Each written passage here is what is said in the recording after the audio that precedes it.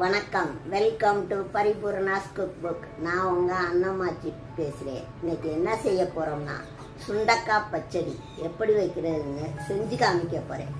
வாங்க வீடியோக்குள்ளே போகலாம்.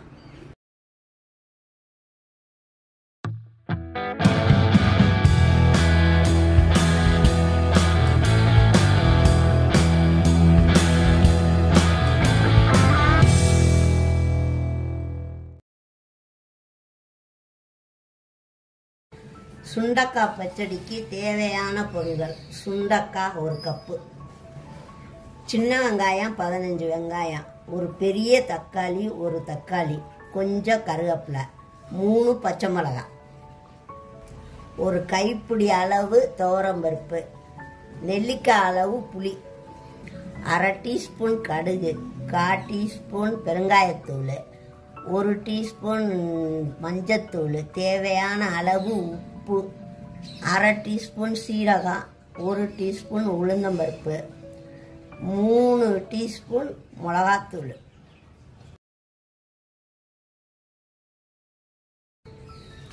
கொஞ்சம் தண்ணி ஊற்றி புளி உப்பை ஊற வச்சுக்கணும்.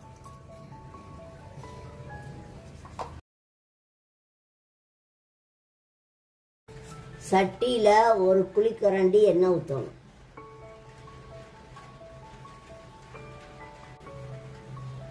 இப்போ எண்ணெய் காஞ்சிருச்சு, கடுகு போடணும்.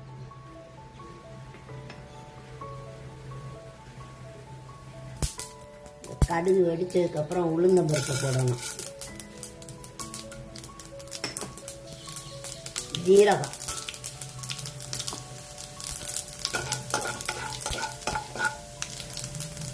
பெருங்காயம்,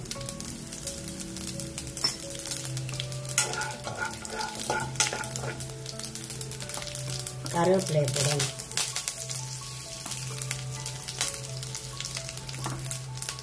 பச்சை மிளகாய்,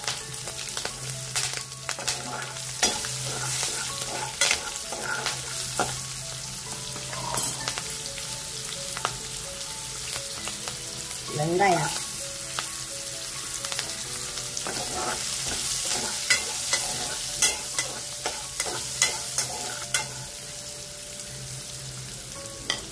தக்காளி,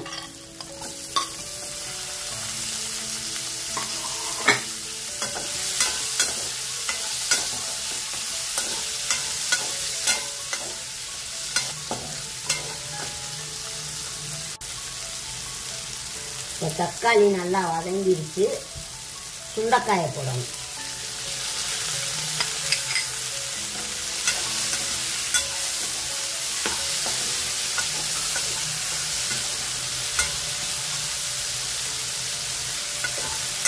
சுண்டைக்காய் ஒரு 5 நிமிஷம் நல்லா வதங்கினா போதும். சுண்டைக்காய் பச்சடிக்கு சுண்டைக்காய் சின்ன சுண்டைக்காயாக வாங்கிக்கணும், பிஞ்சாவும் இருக்கணும்.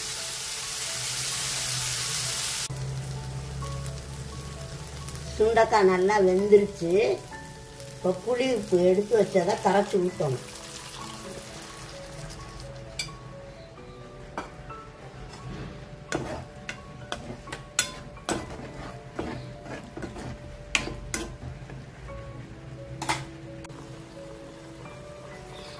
எடுத்து வச்ச மஞ்சத்தூள், மிளகாத்தூள் போட்டு இது 5 நிமிஷம் நல்லா வேகணும்.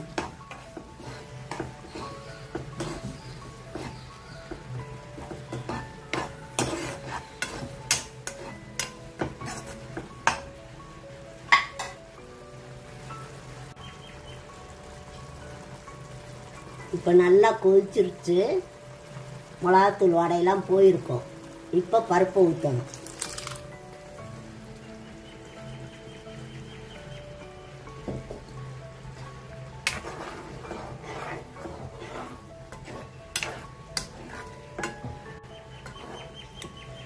இப்போ எடுத்து வச்சு பருப்பை குக்கரில் வேக வச்சு எடுத்து தான் இதில் போட்டிருக்கோம்.